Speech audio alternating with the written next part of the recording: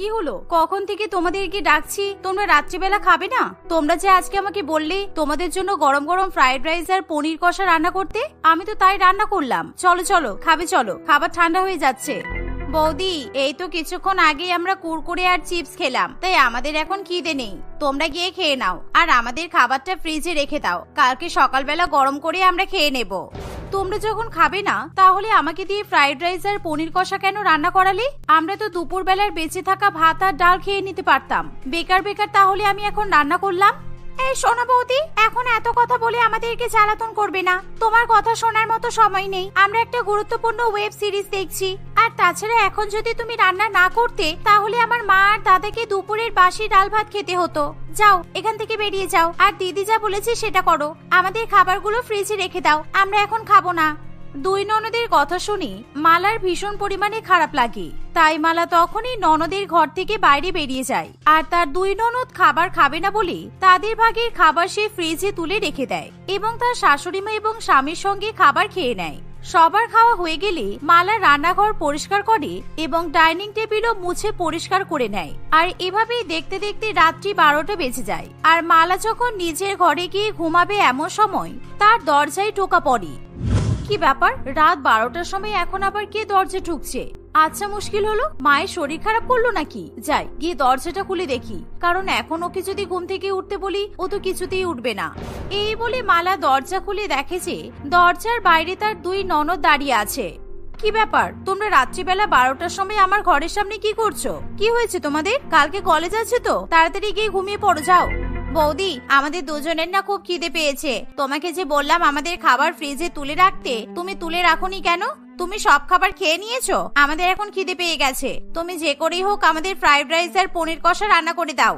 তোমার এত লোভ? আমরা শুধু তোমাকে বলেছিলাম যে আমাদের এখন খিদে নেই, তার মানে আমরা কি রাত্রিবেলা খাবো না এটা বলেছি? আমাদের এখন খিদে পেয়েছে কিন্তু আমরা খাবার খুঁজে পাচ্ছি না। আমরা যেই খাবো না বলেছি তুমি তখনই হ্যাংলার মতো আমাদের ভাগের খাবারটা খেয়ে নিয়েছো। বলো, দেখো এমনিতেই রাত 12টা বেজে গেছে, আর তোমরা হয়তো ফ্রিজে ভালো করে দেখোনি, ফ্রিজের মধ্যেই তোমাদের খাবার তুলে রাখা আছে। যাও গিয়ে খাবার মাইক্রোওভেনে গরম করে নাও আর খেয়ে নাও। আমাকে এখন ঘুমাতে দাও, আমাকে আবার কিন্তু ভোর 5টার সময় উঠতে হবে। সারাদিন এত খাটাখাটনি করি, এই রাত্রিবেলা আমি আর কিছুতেই জেগে থাকতে পারি না। টিনা এবং রিনা দুই বোন কিছুতেই তাদের বৌদির কথা শুনতে চায় না। তারা মালার হাত ধরে টানতে টানতে রান্নাঘরে নিয়ে যায় আর ফ্রিজ খুলে দেখিয়ে দেয় সেখানে কোনো খাবার নেই। পুরো ফ্রিজটাই ফাঁকা হয়ে পড়ে আছে। আর এই দেখে মালা প্রচন্ড পরিমাণে অবাক হয়, কিন্তু দুই ননদ মনে মনে মুচকি মুচকি হাসতে থাকে, কারণ কিছুক্ষণ আগেই দুই ননদ রান্নাঘরে এসে বদমাইশি করে ফ্রিজ থেকে সমস্ত খাবার বের করে জানালা দিয়ে পাশের নর্দমায় ফেলে দেয়। আর এর ফলে ফ্রিজে আর কোনো খাবার থাকে না। কিন্তু মালা এখনো পর্যন্ত বিষয়টা বুঝতে পারে না, আর তার মাথা কিছুতেই কাজ করে না। কি ব্যাপার বৌদি, এই দেখো পুরো ফ্রিজ ফাঁকা হয়ে পড়ে আছে, আর তুমি আমাদেরকে বড় বড় কথা বলছিলে যে ফ্রিজ থেকে খাবার বের করে মাইক্রোওভেনে গরম করে খেয়ে নাও। দেখো, আমরা অত কথা বলতে চাই না, আমাদের খুব খিদে পেয়েছে, আর না খেলে কিন্তু আমাদের রাত্রিবেলা কিছুতেই ঘুম আসবে না। তাই তুমি যে করেই হোক আমাদেরকে এখন গরম গরম ফ্রাইড রাইস আর পনির কষা রান্না করে দাও। আমরা কোনো কথা শুনবো না, আর তার সাথে পারলে একটু চিকেন উইংসও রান্না করবে। কিন্তু এত রাত্রিবেলা রান্না করলে আমি ঘুমাবো কখন? আমার এমনিতেই শরীরটা ভালো নেই, তাই তোমাদেরকে আমি বরং ম্যাগি বানিয়ে দিচ্ছি। তোমরা আজকে ম্যাগি খেয়ে নাও, কালকে দুপুরবেলা আমি তোমাদের জন্য আবার ফ্রাইড রাইস আর পনির কষা রান্না করে দেবো, কেমন?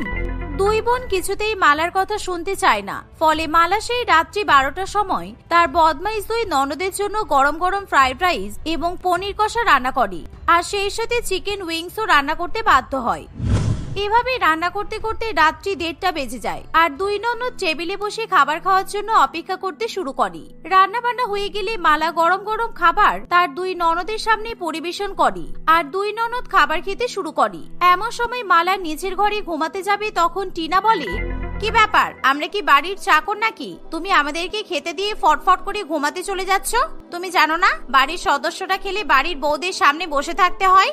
আর আমাদের খাওয়া দাওয়া হয়ে গেলে বাসনগুলোকে মাজবে শুনি। এই এঁটো বাসনগুলো আমরা কিন্তু রাত্রিবেলা ধুতে পারবো না, তাই আমাদের খাওয়া হয়ে গেলে তুমি বাসনপত্র ধুয়ে তারপরেই ঘুমাতে যাবে, আর টেবিলটাও তো মুছতে হবে, তাই না?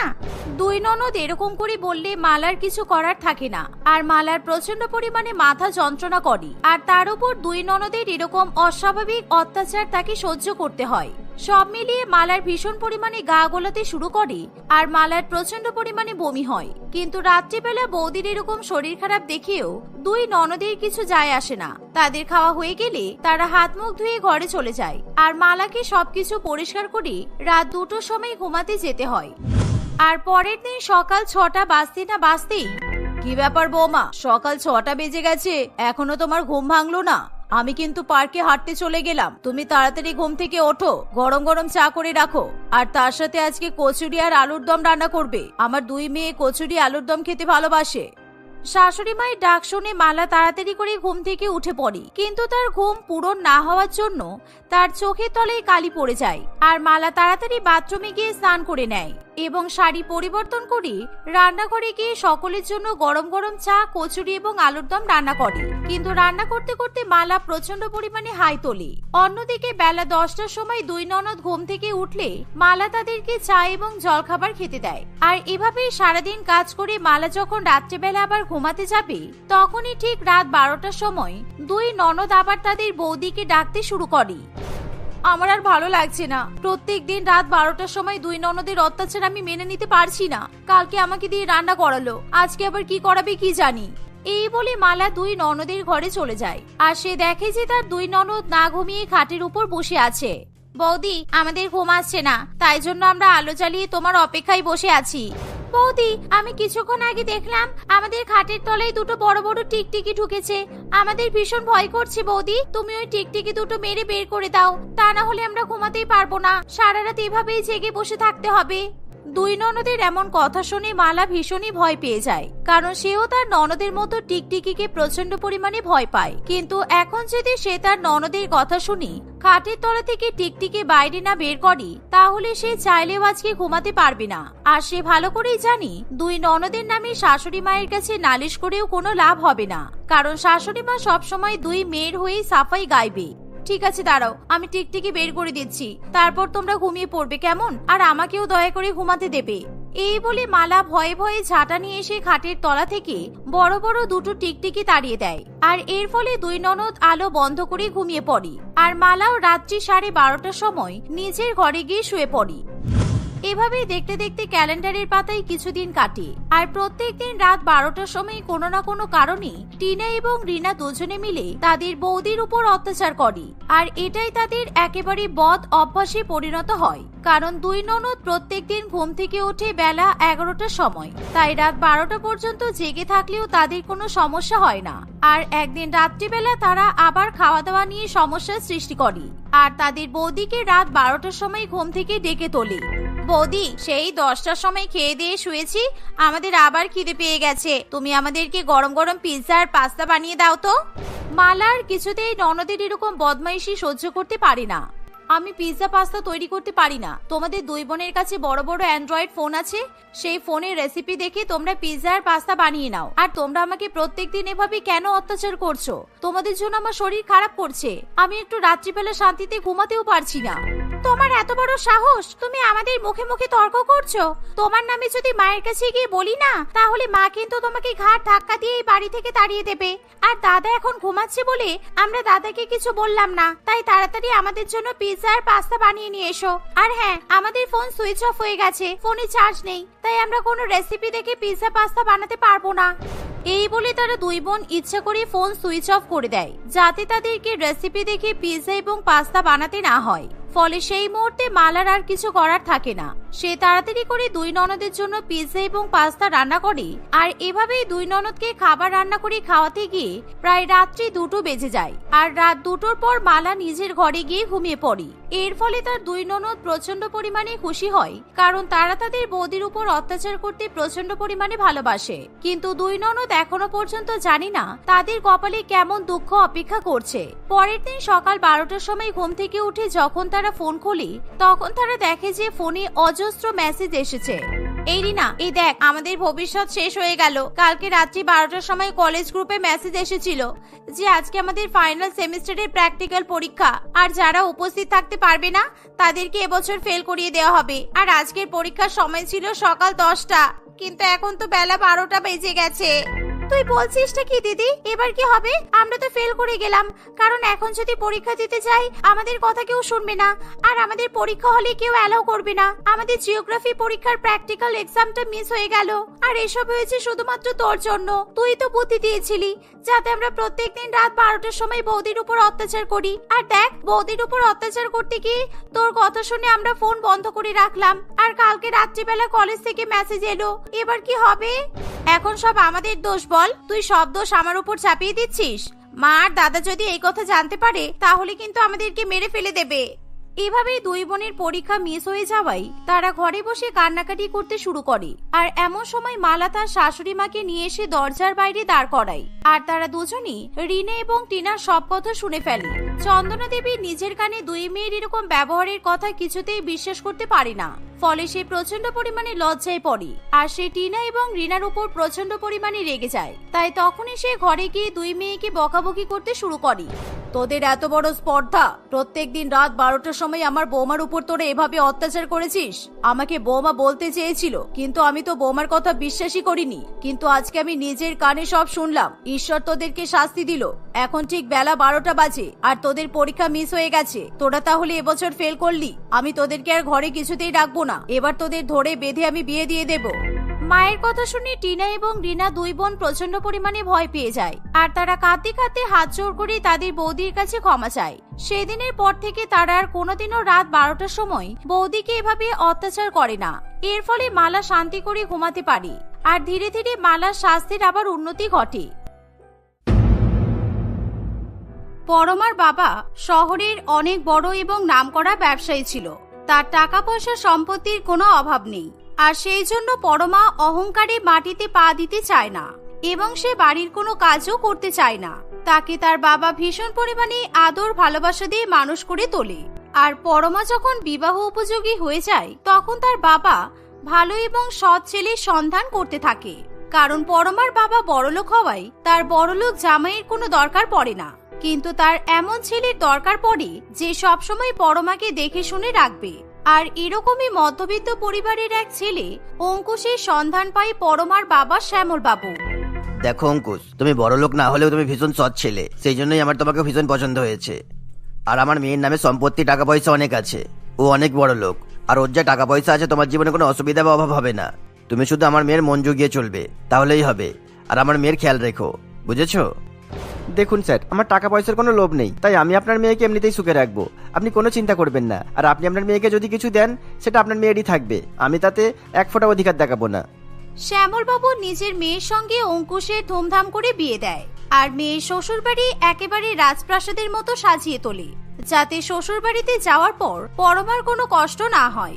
আর সেই টাকা পয়সার সুখ পরমা এবং অঙ্কুশ দুজনেই যাতে ভোগ করতে পারে। পরমা বিয়ের পর প্রথম তার স্বামীর অনেক খেয়াল রাখে, আর তাদের সংসার বেশ ভালো মতোই চলে।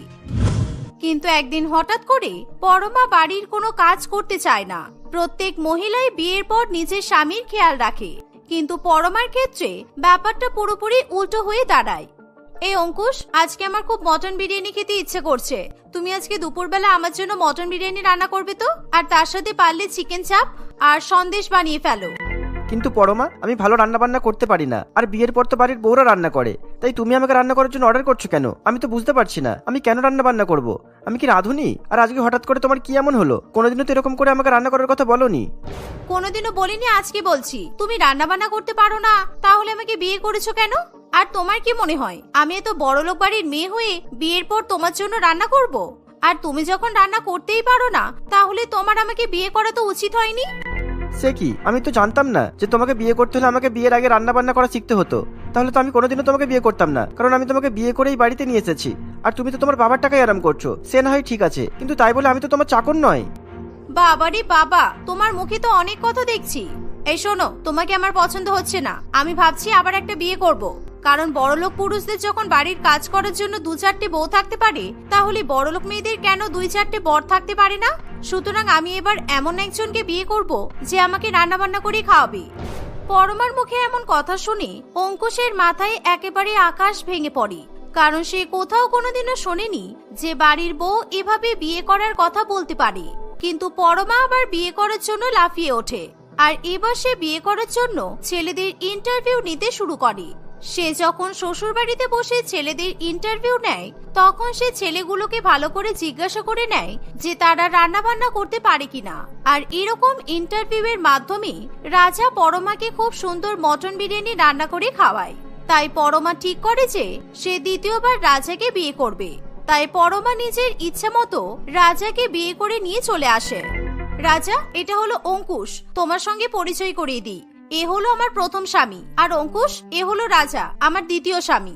আজ থেকে রাজা সব রান্না বান্না করবে। আর রাজা, আমার যখন যে ইচ্ছা হয় তুমি কিন্তু আমাকে সেই রান্নাটাই করে খাওয়াবে, কেমন?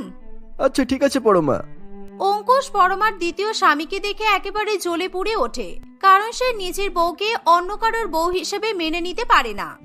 তারপর থেকে পরমা নিজের দ্বিতীয় স্বামীর কাছে নানান রকম খাবার দাবারের আবদার করলে রাজা সবসময় তাকে বিভিন্ন রকমের খাবার রান্না করে খাওয়ায়। কিন্তু অঙ্কুশ রাজার হাতের কোনো খাবার খেতে চায় না। একদিন যখন পরমা তার দ্বিতীয় স্বামী রাজের সঙ্গে বসে বসে চাউমিন খায় তখন, তোমার যখন এতই বিভিন্ন রকমের রান্না খাওয়া করার শখ, তাহলে তো রাঁধুনি রাখতে পারতে। দ্বিতীয়বার বিয়ে করার কি মানে পরমা? সমাজে তোমার জন্য আমার একেবারে নাক কাটা যাচ্ছে। তোমার একটু লজ্জা করলো না বলো? তোমার লজ্জায় নাক কেটে যাচ্ছে, তাহলে আমি কি করব? অতই যখন নাকের পরোয়া করো তাহলে আবার নাক লাগিয়ে নাও। আর শোনো, আমি রাঁধুনি রাখিনি কারণ আমি চাই না এই বাড়িতে আমি ছাড়া অন্য কোনো মহিলা থাকুক।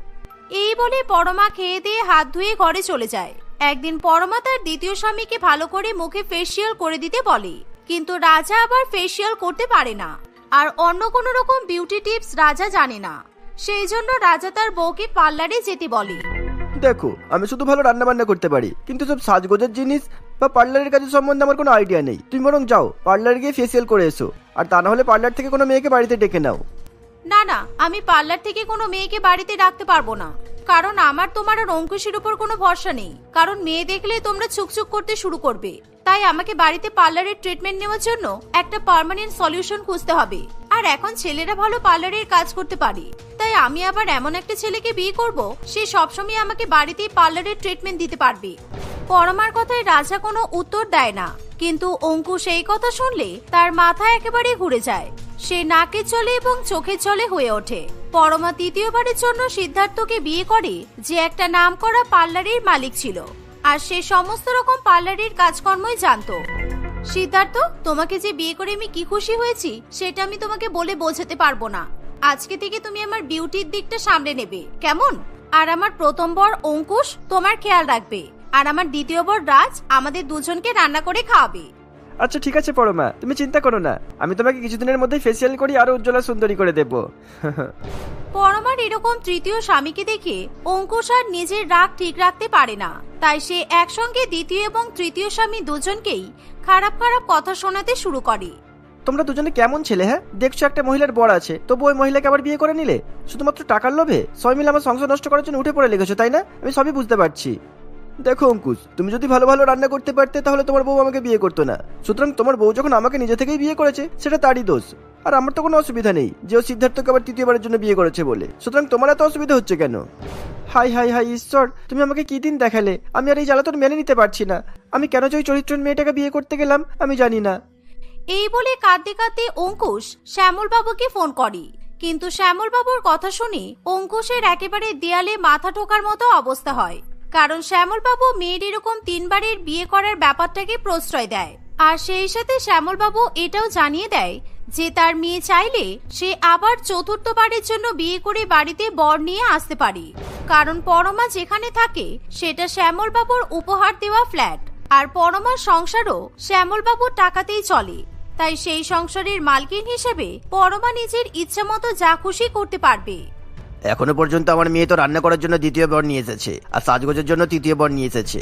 আর এখন তো আমি ভাবছি আমার মেয়ে 4 নম্বর বিয়েটা কবে করবে, কেননা 4 নম্বর বর আমার মেয়ের সমস্ত জামা কাপড় কাচবে আর ঘর বাড়ির দেখাশোনা করবে, কেননা 24 ঘন্টা দেখাশোনা করার জন্য একটা বর তো দরকারই। আমার তো মনে হচ্ছে বাবা মেয়ে আপনাদের দুজনেরই মাথার কোনো সমস্যা আছে। তা না হলে একটা মেয়ে এরকম 4টে বর নিয়ে থাকবে, এটা কখনোই সমাজ মেনে নিতে পারবে না। অন্তত আমি মেনে নেব না। আর আপনি শুধুমাত্র টাকা দিচ্ছেন বলে আমাকে এই সমস্ত অসভ্যতা আমি মেনে নিতে হবে? পরমা তার বাবার সাহায্যে 4 নম্বর বরকেও বাড়িতে নিয়ে আসে।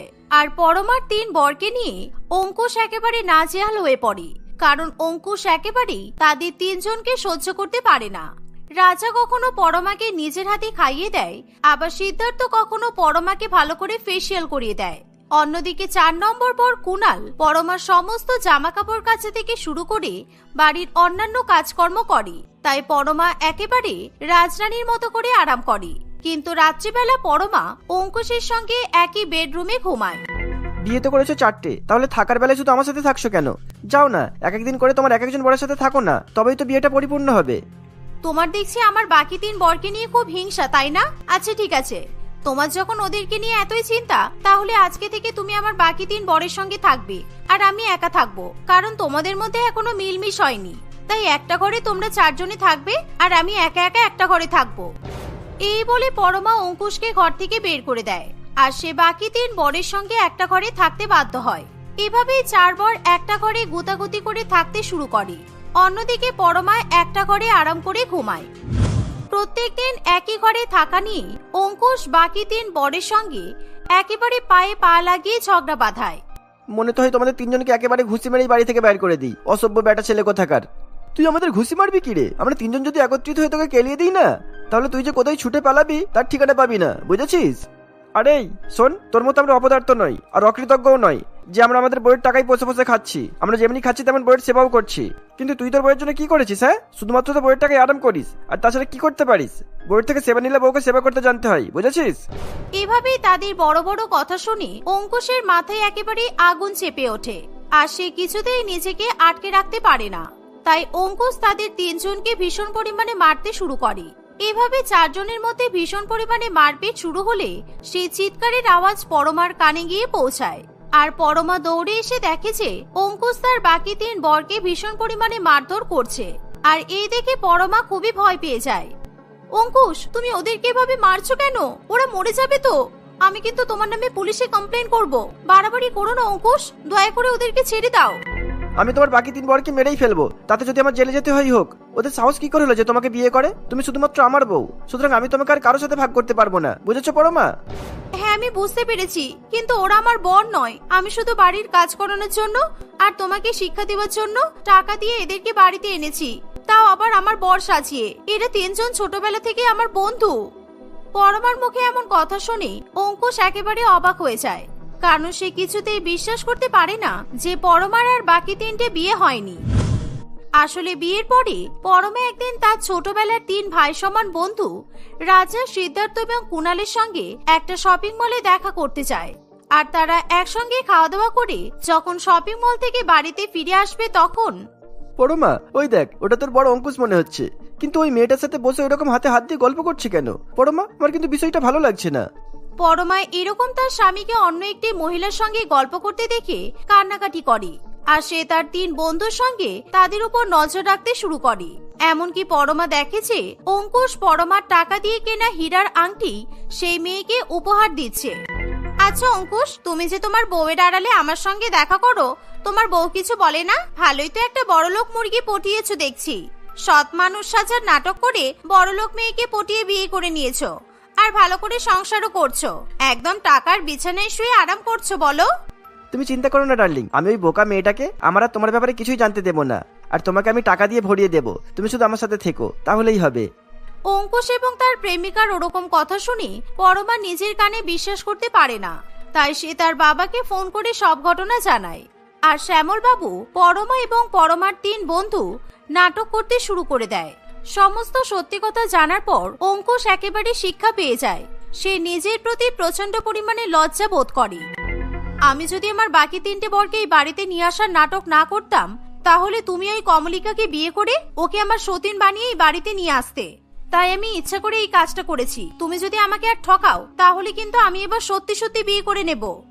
আমার খুব ভুল হয়ে গেছে পরমা, আমি আর কোনোদিনও কমলিকার সাথে দেখা করবো না, এমনকি আমি আর ওর সাথে কোনো রকমের সম্পর্ক রাখবো না। আমি সত্যি বুঝতে পেরেছি যে আমি তোমাকে অনেক ভালোবাসি, তাই তুমি আমাকে ক্ষমা করে দাও। আর এবার থেকে আমি তোমার জন্য রান্না বান্না, কাপড় কাচা, তোমার ফেসিয়াল করে দেওয়া সমস্ত কিছুই করব। তোমার আর কোনো বন্ধু বা বর কিছুই লাগবে না। অঙ্কুশের কথা শুনে পরমা তার স্বামীকে ক্ষমা করে দেয়। আর পরমা তার বাকি 3 বন্ধুকে ধন্যবাদ জানিয়ে সেখান থেকে চলে যেতে বলে। তারপর থেকে অঙ্কুশ কখনো পরমাকে ঠকানোর নাম করে না। আর এমনকি অঙ্কুশ এবং পরমা এখন একে অপরের খুবই খেয়াল রাখে। এভাবেই তারা দুজনেই হাসি খুশি সংসার করতে থাকে।